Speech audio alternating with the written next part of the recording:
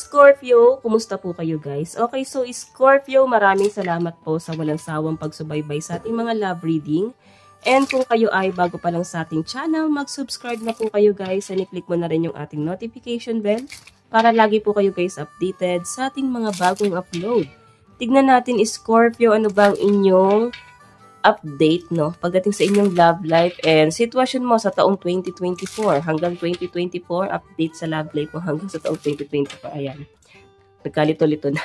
So, tignan natin guys. Update sa love life mo hanggang sa taong 2024. Scorpio, Sun, Moon, Rising, and Venus sign. Scorpio, Sun, Moon, Rising, and Venus sign. Okay, so Scorpio, meron tayong submission. So, I think parang feeling mo lumiliit, no? Umiigsi ang panahon ninyo or parang napapagod na ang iba sa inyo Scorpio, no? Sa pagpapaliwanag sa isa. Maaring meron kang isang tao dito na itong taong to guys, nagbibigay ng meaning or kahulugan sa kung ano man ang naipapakita mo sa kanya guys. Communication, iba yung dating sa kanya. Maaring ikaw friendship lang ang gusto mong ipahiwatig sa kanya, pero iba yung nagiging dating sa kanya, guys. Okay? So, iba sa inyo, guys, parang feeling mo umiigsi ang panahon at oras mo, eh. Okay, parang alam mo yung feeling na parang parang bang umiigsi. Pwedeng nagkakaedad na, pero wala pa ring anak. Pwedeng nagkakaedad na, pero wala pa rin nahanap na someone na makakasama na niya or tuluyan na makakasama niya habang buhay. So, nasa sense ko rito, guys, parang napipressure pagdating sa relationship. Okay, tignan natin, guys. Meron tayong help. Ayan, ako, mukhang kailangan ng tulong. May nakikita ako dito, Scorpio, na parang kailangan ng tulong. Siguro hindi talaga kaya. Pwedeng kailangan mo pa rin siya. Pwedeng hindi mo kaya na mawala siya. Or pwedeng siya yung nakaka-feel nito, guys. O, diba? May nawala. May umalis. So, I think, itong kadil mo, maaring hindi niya kaya, Scorpio, na mawala ka. Hindi niya kaya na nagkakaroon ng ending sa inyong dalawa. I think hoping pa rin, no? Hanggang ngayon, hoping pa rin sa yung person mo. Medyo nag-a-assume pa rin siya sa mga binibigay mo na, or sa mga trato mo sa kanya. So, tingnan natin, Scorpio. Meron tayong love. Diba? Ayan, no? Bilanggo pa rin siya, guys, ng pagmamahal mo, guys. Masyado pa rin niyang binavalue yung pagmamahal na naibibigay mo sa kanya. Kahit parang ambon-ambon lang to, Scorpio. Masyado niya nabibigyan kahulugan yung mga binibigay mo sa kanya, guys. Feeling niya, nagpapapansin ka sa kanya. Feeling niya, mahal na mahal mo pa rin siya, guys. So, I think, para hindi mo siya masaktan, Scorpio, siguro kailangan dumistansya ka sa taong to. Okay? Chill ka lang or relax ka lang. I think, siguro kasi dahil nga nagkaroon kayo ng connection, kaya hindi mo na binibigyan ng kahulugan pa yon. Okay? Kung ano man yung naibibigay mo sa kanya. Ano man yung naipaparamdam mo sa kanya.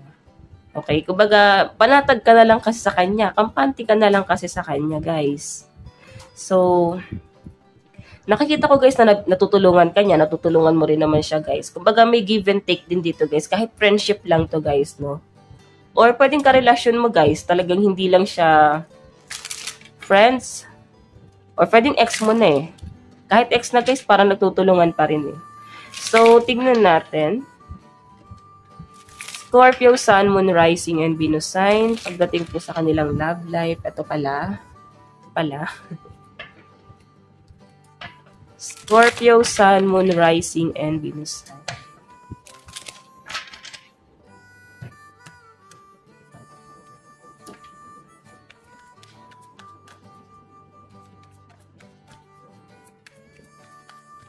So guys, meron tayong King of Wands.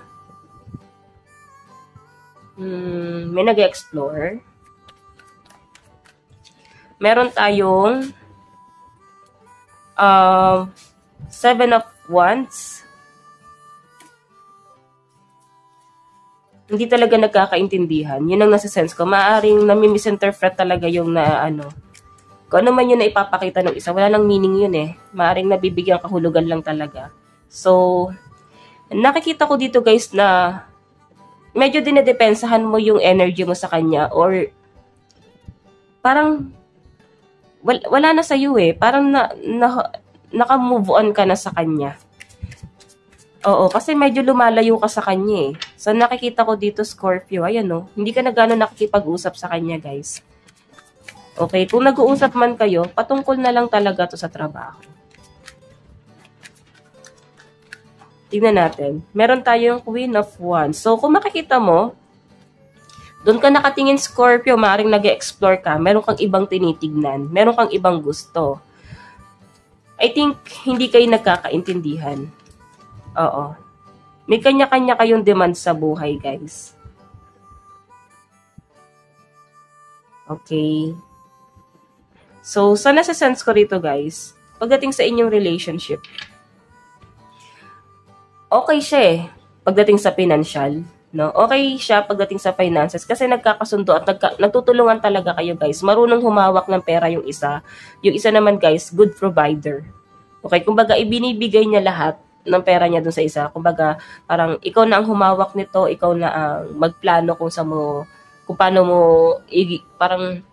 paano mo palalaguin yung ating kinabukasan. Parang yung ating hanap buhay. Yun ang nasa sense ko, Scorpio. Ang problema lang, guys, minsan may conflict sa inyo. Hindi kayo nagkakaintindihan, lalo na pagdating sa communication. Minsan nami-misinterpret. Minsan yung isa masyadong malupit. Hindi ko nasa sense na masyadong controlling. Kumbaga, mas iniisip niya kasi rito, guys, na parang gigil na gigil siyang makuha yung stability. Wala siyang pake kahit na napapagod na yung isa.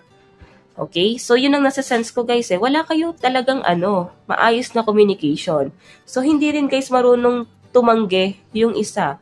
Siguro kailangan pag-usapan to. So, yun lang din, guys, yung nakikita ko dito. Okay? Marunong kayo, guys, pagdating sa pagmamanage talaga. Kumbaga, may partnership talaga, guys. Kung i-workout niyo yung relationship, guys, lalago kayo parehas kasi parehas kayo, guys, marunong pagdating sa business, sa pagmamanage, sa pagpapaikot ng business, kung ano man to kasi may abundance, guys, eh. Okay, so may death and revert. Siguro ex mo na to. Yung iba sa inyo, guys, nabigyan ng second chance. So, yung iba naman dito, guys, kung wala pang second chance, kung hindi mo na talaga, Scorpio, gusto itong taong to, huwag ka nang magbigay ng false signal, mixed signal. Kasi, nag-hope yung isa eh. Or pwedeng siya yan, guys. Maaaring nagbibigay siya ng mixed signal eh. So, I think nag-hope ka. Ayan. Okay, so titignan pa natin, guys. Yung iba sa inyo, guys, kung single ka pa rin, siguro kailangan mo nang mag-explore. Kung hoping pa rin yung iba sa inyo pagdating sa kanilang ex. Pero nakikita ko, guys, ka na eh, moving forward ka na talaga. Meron lang talaga umaasa sa'yo na ex. Past person, naghahabol sa'yo. Hoping pa rin sa inyo, guys. Oo, ikaw pa rin yung gusto niya. Tignan natin.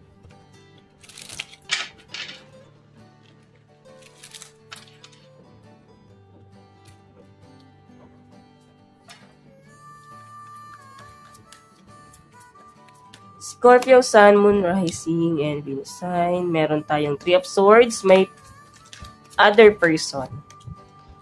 Meron tayong Three of Cups. Ace of Swords. And Seven of Swords. Nakikita ko rito yung pagiging guarded ng iba sa inyo. Medyo natatakot ka lang kasi feeling mo medyo nagiging paranoid talaga sa'yo itong tao. As in, mahal na mahal ka niya, guys. May mga pagbabanta pa siyang ginagawa. Medyo conflict tong taong to, guys. Ganun niya, guys, iparamdam yung pagmamahal. Okay? Wala siyang gustong ma-realize eh. Kasi straightforward lang siya, guys eh. Sa'yo lang talaga siya, guys, nakatanaw. Pero pinalaya mo na yung sarili mo sa taong to, guys eh. Kasi siguro toxic siya. May mga nare-realize ka rito, guys. Pwedeng tamang hinala, nafe-feel mo na parang grabe, parang ayaw mo ng ganong klase ng relationship. Kung makikita nyo, guys, nandito yung Three of Swords. So, I think meron ka ng ibang tinitignan Or meron ka ng ibang karelasyon, pero pwedeng ikaw ay involved sa third party naman. Okay, so ingat na lang guys, no? So, tingnan natin guys ang inyong, ayan, mensahe sa inyo ng person mo.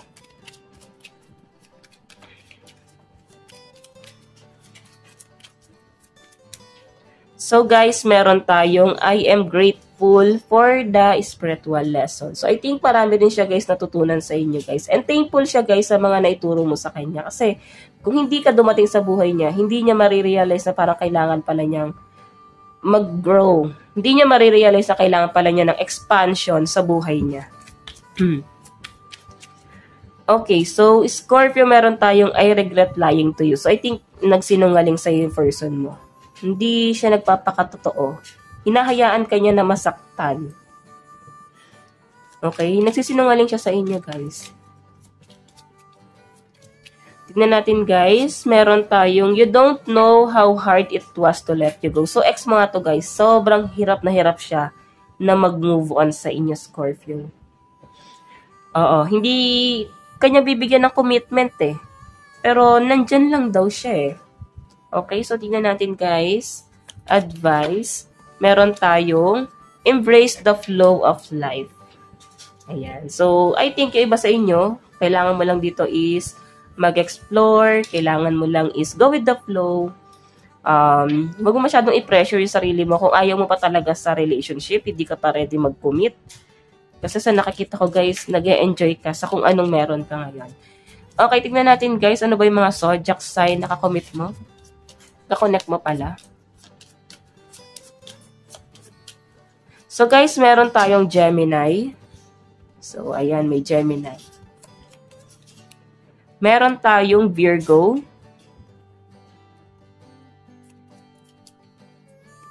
Meron tayong Leo. Actually, Scorpio, medyo matigas tong taong to. Talaga ipipilit niya yung sarili niya sa inyo. Oo. Kasi, mahirap talaga siya mag-move on. Okay, tingnan natin. Kapatay ng tatlo. So, ayan, Gemini, Virgo, and Leo. Meron tayong Scorpio. Kapwa mo Scorpio. Or pwede meron siyang Scorpio placement.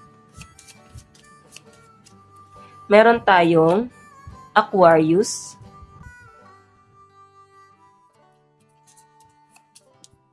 Or pwede meron siyang mga placement na to guys.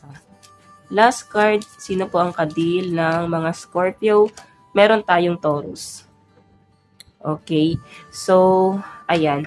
Guys, ang mga possible na makakadil mo ay Gemini, Virgo, Leo, Scorpio, Aquarius, and Taurus. Ito lang naman guys ang inyong reading hanggang sa muli. God bless and love you all. Thank you!